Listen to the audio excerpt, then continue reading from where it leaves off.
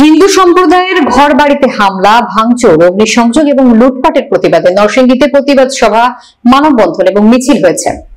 নরসিংদীর প্রতিনিধি আর a lion সরকারের প্রতিবেদনে থাকছে বিস্তারিত। রবিবার বিকেলে নরসিংদী দয়াময় আশ্রমের সামনে কর্মসূচি পালন করা হয়।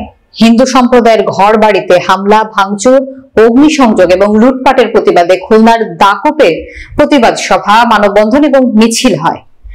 রবিবার বিকেলে নরসিংদী দয়াময় আশ্রমের সামনে কর্মসূচি পালন করা হয়। নরসিংদী সাধারণ হিন্দু সম্প্রদায়ের মানুষ এই কর্মসূচির আয়োজন করেন।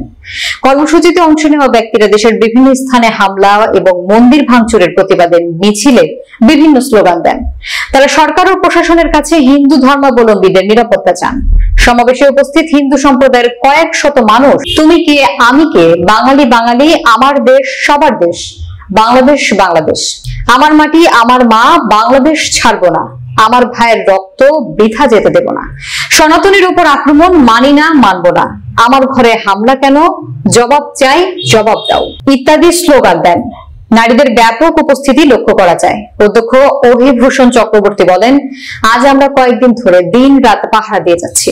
নিজেদের জানমাল আর সম্ভ্রম রক্ষায় আমরা কাজ করছি, কিন্তু এখন শুধু আত্মরক্ষা করলে হবে না, সম্মিলিতভাবে প্রতিবাদ চলবে। আমরা আর পালিয়ে থাকতে চাই না, এ মাটি আমাদেরও, এটা আমাদের পিতৃপুরুষের সম্পত্তি। আমরা আর নিজ গৃহে পরবাসী থাকতে চাই না, আমরা কোথাও যেতে চাই না। তিনি বলেন, শুধু হাতে লাঠি নিয়ে যদি এদেশের ছাত্র সমাজ একটা পরিবর্তন আনতে পারে, তাহলে আমরা কেন পারবো না।